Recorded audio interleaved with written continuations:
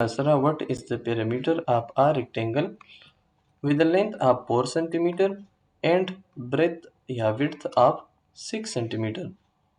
دا ما سره یو ریکټینګل دی. سپوز کې چې د دې ما سره لینث 4 سانتي میټر دی او width ما سره 6 سانتي میټر دی.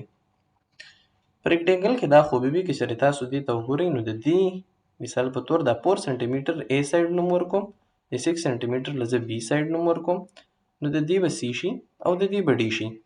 دا A او دا C دا خپله کې ایکول دي، مطلب چې A مونږ سره 4 سانتي میټر دی نو C به هم مونږ سره 4 سانتي میټر وي. دې سایډ ته به هم 4 سانتي میټر ولیکم او D سایډ چونکې B ته پیرلل او ایکول دی نو په دې وجه دا هم 6 سانتي میټر شو. پیرامیټر څه ته ویل کېږي؟ length of all sides، د ټولو سایډونو length چې مونږ واخلو او هغه مونږه پلس کو، د هغې نه مونږ سره پیرامیټر ریزلټ کې راشي. لکه مثال په طور P is equal to دې ځای کې مونږ سره سایډونه دي A دی، B دی، C دی او D دی.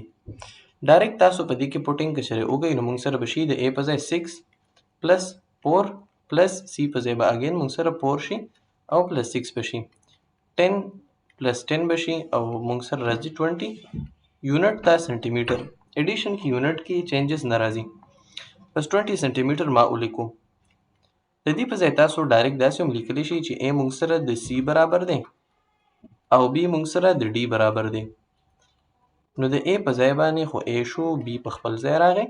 د C په ځای هم که زه A ولیکم او د D په ځای باندې هم زه B ولیکم څه مسله به نه وي. چې پلس یې کړې نو 2 ټایمز A پلس B به شي.